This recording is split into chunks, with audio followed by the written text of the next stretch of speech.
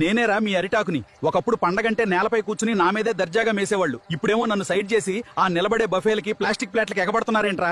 ఆ గ్రీన్ టీలు తాగితే వచ్చే యాంటీ ఆక్సిడెంట్స్ నాలో టన్నులున్నాయి. నా మీద వేడివేడి పప్పన్నం పడగానే నాలోని నేచురల్ వ్యాక్స్ కరిగి గుమగుమలాడే సువాసన తన్నుకొస్తుంది. పైగా నాలో యాంటీ బ్యాక్టీరియల్ గుణాలు ఫుల్. కానీ మీరేం చేస్తున్నారు? స్టైల్ అని బిల్డప్ ఇచ్చి ఎప్పుడో ఫ్యాక్టరీలో పుట్టిన ఆ ప్లాస్టిక్ ప్లేట్లు, థర్మోకోల్ కవర్లు నాకుతున్నారు. వేడివేడి సాంబార్ కూరలు ఆ ప్లాస్టిక్ మీద పడగానే ఏమవుతుందో తెలుసా? అందులో ఉండే కెమికల్స్, మైక్రో ప్లాస్టిక్స్ పచ్చళ్ళలో కలిసిపోయి సైలెంట్ గా మీ కడుపులోకి జారుకుంటున్నాయి. ఇక రేపొద్దున క్యాన్సర్లు, కడుపు నొప్పులు రాకుండా క్యారెట్ హల్వాలు వస్తాయా? పోనీ ఇదంతా చేసి పర్యావరణాన్ని ఏమైనా ఉద్ధరిస్తున్నారా? అదీ లేదు. నన్ను వాడితే పనైపోయాక ఆవులకో గేదెలకో మేత అవుతా, లేదా మట్టిలో కలిసిపోయి చెట్లకు ఎరువు అవుతా. నా లైఫే ఒక త్యాగమైనా నా త్యాగం ఆ ప్లాస్టిక్ ప్లేట్ గాడికి ఏం తెలుస్తుందిరా?